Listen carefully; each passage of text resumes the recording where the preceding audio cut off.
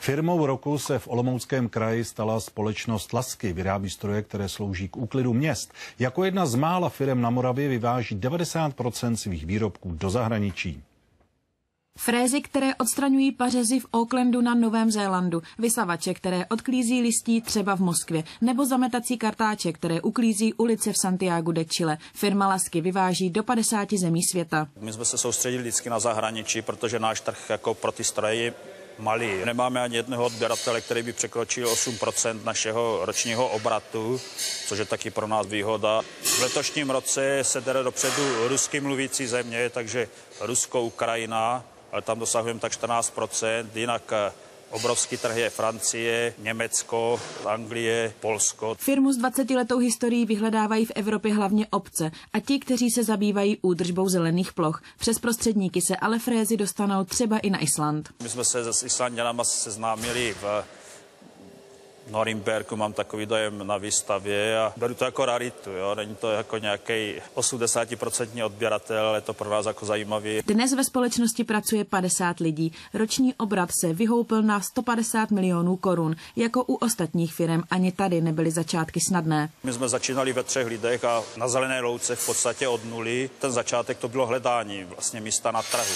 Fréza na pařezi to byla celkem náhoda, protože kdysi v minulosti jsem likvidoval pařezu hrušky a v podstatě tím to začalo jako ta první myšlenka, ale jinak bychom zkoušeli vyrábět sekačky na trávu a různé další stroje. Jako vývozce firmu v minulosti trápil především výkyv kurzu koruny. Například rok 2008, kdy vlastně jsme začínali v lednu za 29 korun euro plus minus a v srpnu to bylo za 22 korun, takže to pro nás byla neřešitelná situace, protože my jako firma si nemůžeme dovolit každý měsíc měnit ceny. Pro nás spíš jsou problémy jednak někdy do toho roku 2002, než jsme se stali součástí Evropské unie, tak tím, že jsme byli jako exportéři znevýhodnění kvůli DPH, že vlastně my jsme dotovali stát naším DPH, které nám vraceli za 3 měsíce, nebo tak, jak to prostě bylo daný zákonem.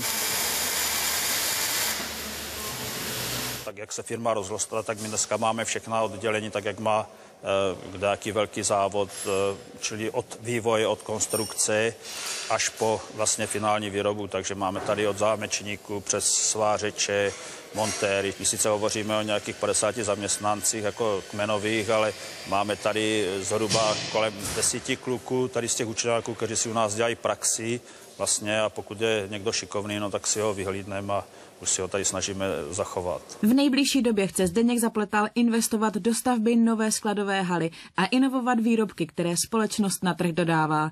Eva Knajblová a Jana Horká, Česká televize.